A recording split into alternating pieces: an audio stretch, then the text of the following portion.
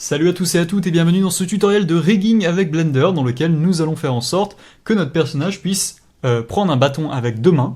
Donc ça c'est vachement utile si vous voulez faire des scènes de combat par exemple de staff fighting. Donc c'est ce que j'ai eu besoin de faire dans un de mes projets de jeux vidéo. Donc eh bien c'est parti. Donc j'ai utilisé Sintel que j'ai récupéré sur BlendSwap.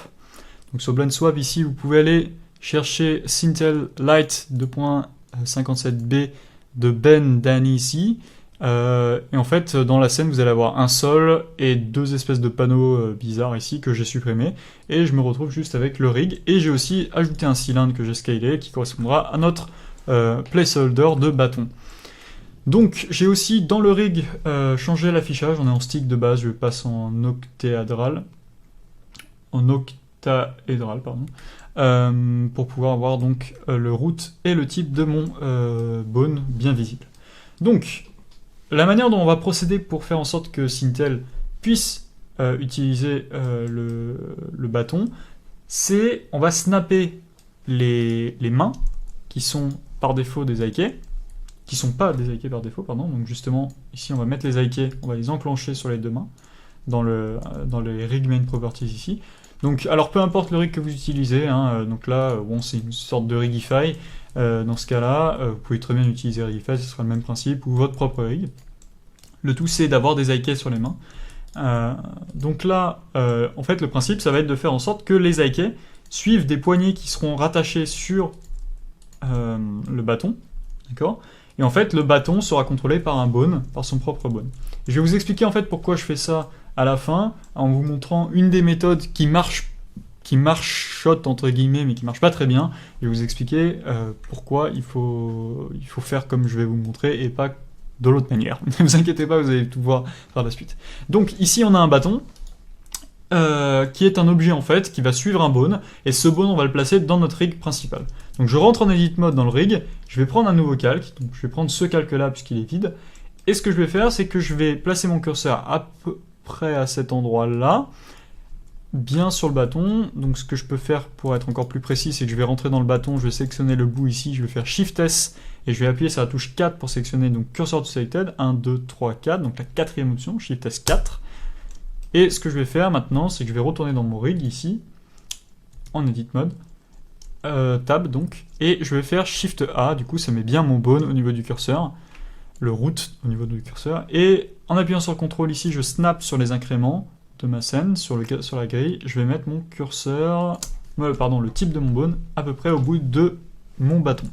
Ensuite, je peux décaler le bâton ici, le root, au niveau de la première poignée, c'est-à-dire au niveau de où va se situer la première poignée de mon bâton, la première prise, si vous voulez, de mon bâton.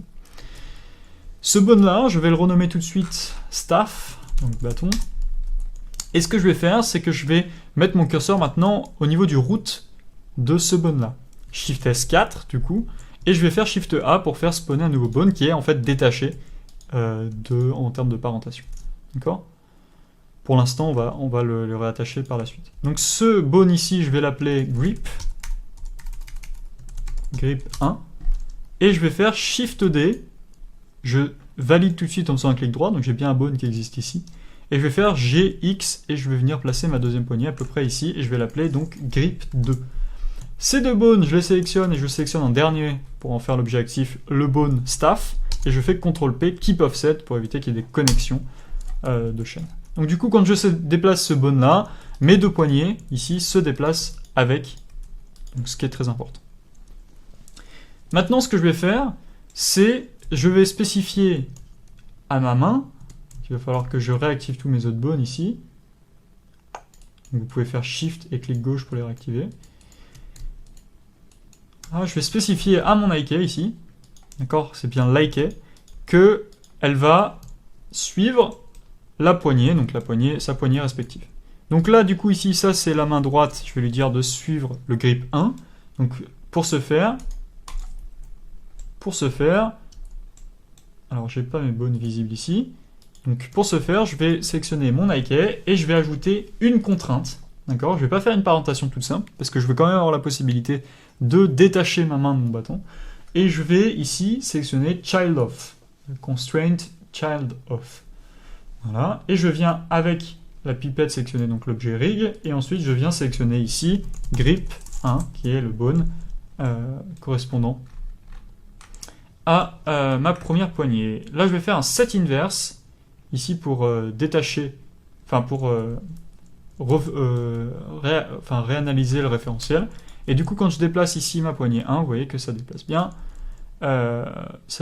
mon IK. Alors du coup il va falloir que je place ma main sur mon bâton dans sa position originale.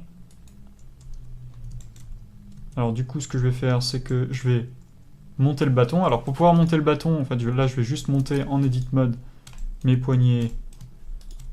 Je vais le mettre à peu près là on va dire. Et du coup il va falloir que je déplace le bâton aussi avec, donc c'est pas super. Donc ce que je vais faire c'est que je vais faire en sorte que le bâton soit lié à mon bone, c'est-à-dire je vais me mettre en bone tout simplement. Donc je sélectionne mon bâton, mon objet bâton, shift-click sur mon bone, CTRL-P, oulala, j'ai fait une erreur, CTRL-P, et là, bone, comme ça, je sais quand mon os en pose mode se déplace, mon bâton le suit. Donc je shift-click le bone sur lequel je veux associer mon objet, CTRL-P, bone. D'accord ? Je fais pas une parentation, je fais vraiment... enfin, si, je fais une sorte de parentation, mais en passant par, ici, l'option bone. D'accord ? C'est très important. Comme ça, quand je tourne mon bone, vous voyez que le bâton suit bien correctement. Donc du coup, ce que je vais faire, c'est qu'en edit mode, je vais remonter tout ça là-haut. Donc mon bâton, il a suivi. Et je vais prendre ma main ici, et je vais pouvoir la placer plus facilement. Voilà, sur la première poignée. Je vais prendre les contrôleurs des doigts ici, les réglettes, je vais les scaler. Je vais tourner la main, on va faire quelque chose de très très rapide. Le but c'est pas de passer beaucoup de temps là-dessus. Tant que j'y suis, ce que je vais faire c'est que je vais faire un CTRL-C. Donc je sélectionne ces bones là en pose mode, je vais faire CTRL-C, avec un peu de chance je vais pouvoir les passer ici. Sélectionnant ici, je vais faire CTRL-SHIFT-V. Donc en fait, ça va faire une copie en miroir sur les bones en miroir, puisqu'ils ont des noms .L et .R. Si vous voyez, je sélectionne ce bone ici, il y a thumb.R, et ici on a thumb.L. Donc du coup, si je fais un CTRL-C de thumb.L, .R, pardon, je fais CTRL-SHIFT-V sur thumb.L, et il aura fait un miroir en fait de la pose. Donc du coup, ma deuxième main ici, je vais lui dire, tu vas suivre child of sur le rig, un bone qui s'appelle grip 2, d'accord, set inverse, ici, et, ah zut, je me suis trompé de bone, excusez-moi, c'est pas celui-là, c'est l'IK, faites bien attention, c'est les IK. Hop, je prends grip 2, voilà, set inverse, et ce que je vais faire, c'est que je ramène ici ma main sur mon grip, vraiment à l'emplacement du grip, hein. Donc c'est bien, faites bien gaffe que ce soit ce bone là, puisque du coup quand je déplace ce bone là, ça déplace ma main, et ici aussi. Donc du coup, là, eh bien, écoutez, on a déjà fini le taf. L'avantage c'est que maintenant je peux déplacer ce bone là, j'ai pas à animer le bâton, j'ai animé vraiment un bone qui se trouve à l'intérieur du rig, et je peux faire à peu près tout ce qui m'intéresse. Je peux faire du staff fighting, bien sûr je peux pas dépasser les IK ici, donc il faut faire très attention à être dans un mouvement qui est plausible. Mais bon, c'est plutôt sympa. Alors on va rajouter quand même un tout petit truc, c'est faire en sorte que la main puisse glisser sur le bâton. C'est très simple en fait, on a juste à désactiver des axes. Je crois que c'est ici dans ce cas-là, non c'est pas celui-là. On va juste regarder les axes locaux. Donc, si on regarde les axes locaux et que je fais revenir le gizmo en appuyant sur CTRL espace et que je prends juste ici le déplacement, vous voyez que l'axe local c'est X, donc du coup je bloque Y et Z, et quand je me déplace, peu importe dans quelle vue je suis, avec G, eh bien je me déplacerai toujours sur X. Donc je vais resélectionner le bâton ici, le grip ici, je désactive X, Y et I et Z, donc il n'y a que X et je peux slider sur le bâton. Ça c'est super pratique, ça va vous permettre de faire des animations très propres. Et en fait, un des avantages de cette construction de rig, c'est que vous avez la possibilité à tout moment de sélectionner vos IK ici et de dire en fait j'ai pas envie que je sois en child of comme ça. et vous avez déconnecté la main en fait du bâton. D'accord ? Et à partir du moment où vous reconnectez la main, ici, je vais remettre un set of set inverse. Alors là, je ne sais pas pourquoi j'ai eu un problème, mais je pense que vous avez compris le principe. Donc je vais tout recliner correctement. J'aurais dû faire un set inverse en fait sur la position comme ça. Où est mon IK? Ici. Elle est là. Voilà. Elle était sortie en fait de sa position. Et donc là, l'avantage, c'est que du coup, on a un rig qui est assez robuste en fait. Et en fait, l'avantage principal, je dirais, surtout si vous faites un perso de jeu vidéo, enfin un perso destiné à du jeu vidéo, c'est que vous avez la possibilité en fait de rester dans la même action. C'est-à-dire que là, quand vous allez créer des actions, ici, donc par exemple, je vais dans l'Action Editor ici, je suis dans Test Pose, vous voyez.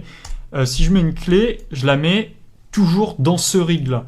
Donc c'est pas le bâton qui est animé, donc c'est vraiment le rig qui est animé. C'est ça qui est chouette, c'est que quand vous allez par exemple exporter vers un moteur comme Unity, eh bien vous allez avoir une seule et même action et un bone qui contrôle un objet externe. D'accord ? Donc vous n'allez pas avoir une action sur l'objet en lui-même. Et ça c'est super.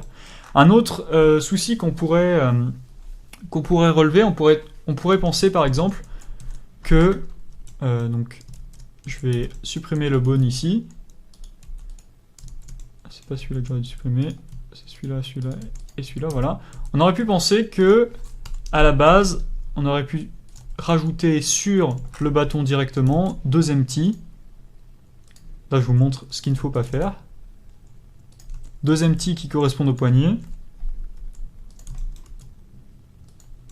Voilà, et on aurait pu se dire, très bien, bon bah, dans le rig, mon IK ici va être un child of de cette balle ici. D'accord, donc pareil, il faut la replacer correctement.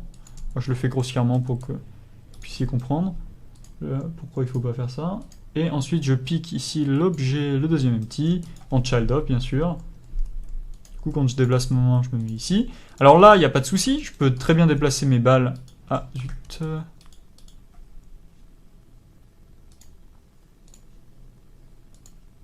Donc là, il n'y a pas de souci, je peux très bien déplacer ma balle et ça me tourne la main. Alors j'ai eu un souci là, elle est où ma main? Donc hop, ça je supprime, c'est un child of là-dessus, et je vais faire un set inverse, voilà. Donc là, il n'y a pas de souci, je peux très bien déplacer mes poignets indépendamment, pardon. Ici c'est pareil, j'ai pris le rig, il fallait pas. Hop, set inverse.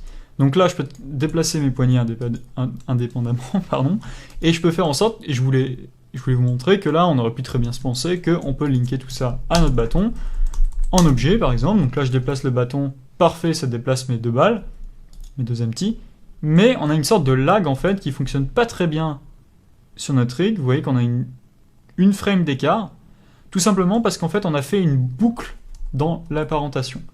Je vais vous expliquer en fait, l'IK ici est linké sur cette balle qui est linkée sur cet objet, mais cet objet est aussi le parent de cette balle qui est le parent de l'IK. Donc en fait on a fait une boucle entre ce bone là jusqu'au nouveau bone. Et les boucles en général dans les rigs, bah, ça cause ce genre de problème, c'est-à-dire des lags de frame.